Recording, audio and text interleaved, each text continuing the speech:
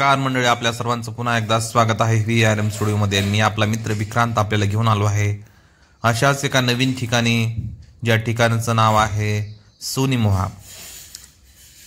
तर सोनीमोहा हे जे गाव आहे ते बीड जिल्ह्यातील धारूर तालुक्यातील एक महत्त्वाचं गाव आहे।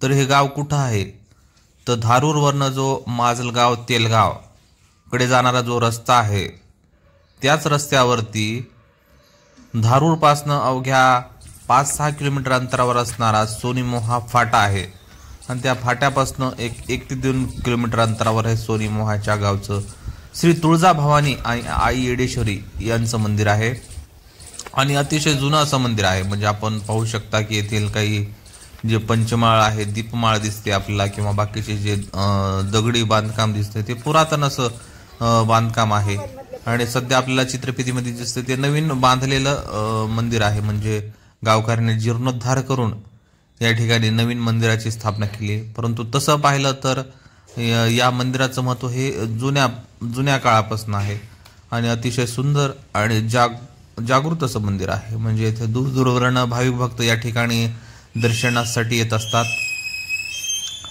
आणि आपण पाहू शकता ही जी मूर्ती आहे ती आई तुळजाभवानीची मूर्ती आहे आणि जो पंचक्रोशीतील जो भाविक भक्त मंडळी आहेत, म्हणजे धारूर असेल किंवा वडवणी असेल किंवा माजलगाव असेल, केज असेल, या ठिकाणच्या परिसरातील जे लोक आहेत ती या ठिकाणी निश्चितच दर्शनासाठी येत असतात आणि ही आहे आई येडेश्वरीची मूर्ती। म्हणजे असं म्हटलं जातं की जर तुम्हाला तुळजापूर किंवा येरमाळ्याला जाणं होत नसेल तर तुम्ही सोनीमोह्याला गेलात तर तेवढंच पुण्य किंवा तेवढाच दर्शनाचा लाभ तुम्हाला सोनीमोहा येथे देखील घ्यायला येतो, कारण हे ठिकाण देखील तेवढंच पवित्र आहे।